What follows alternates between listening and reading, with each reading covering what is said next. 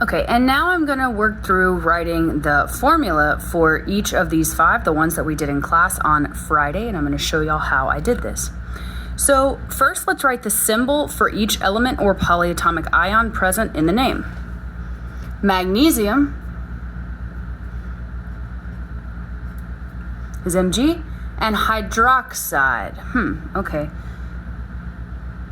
Hydrogen, oxide,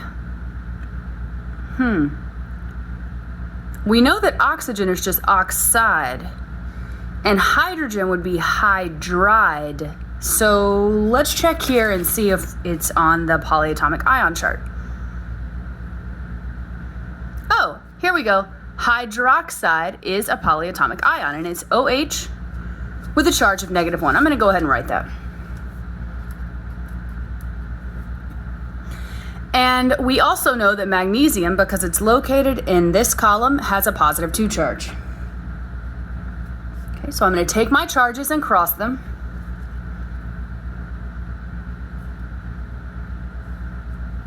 Remember, you drop your negative and positives when you do this. So we have Mg1, so we're not going to write that, and then OH, and there's going to be 2 of them. So I had to use parentheses because this is a polyatomic ion. It's 2 of the OH, not 1 O and 2 H's. So this is correct. Okay, the next one. Cobalt-2 nitride. So cobalt is, there it is, CO. Nitride is N.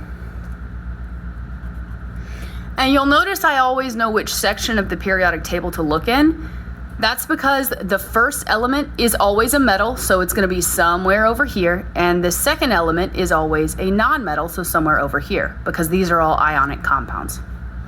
So CO, we don't know its charge from the periodic table because it's a transition metal, but this Roman numeral tells us the charge of cobalt, so +2. Nitride is up here. It's in the column that has a charge of -3. We're going to take those and cross them. And when we rewrite, we'll find this. CO3N2. Okay. Sodium oxide. Sodium is a metal. It's over here, Na. Oxide is O. The charge of sodium, +1, and the charge of oxide is -2. Okay, let's cross them. And we'll find Na2O. Remember, drop your negatives and positives. We don't need those signs in the final answer. Okay. Next, we have magnesium acetate. So magnesium is there. I'm going to go ahead and write its charge. It's +2.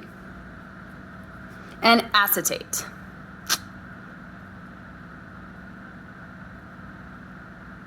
Okay, I don't see an acetate on there, so let's check the polyatomic ion chart.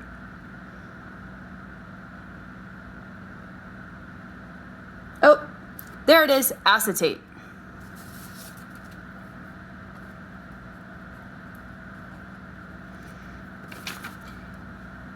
And according to this chart, acetate has a charge of -1. Okay, so let's cross our charges. 2. Okay, and since this is a polyatomic ion, we will want to put parentheses around it. So Mg1, we don't write that.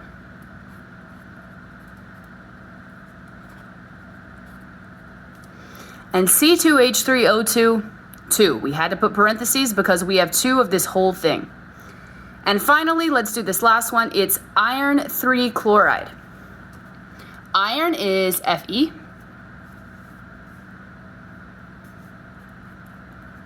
Chloride is just chlorine. It's just an ion of chlorine. We know iron's charge, not because of its location on the periodic table, but because of this Roman numeral, which tells us this iron ion has a charge of 3.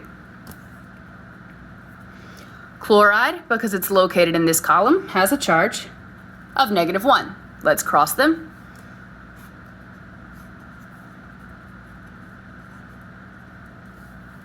FeCl3. If y'all have any questions, please don't hesitate to reach out to me.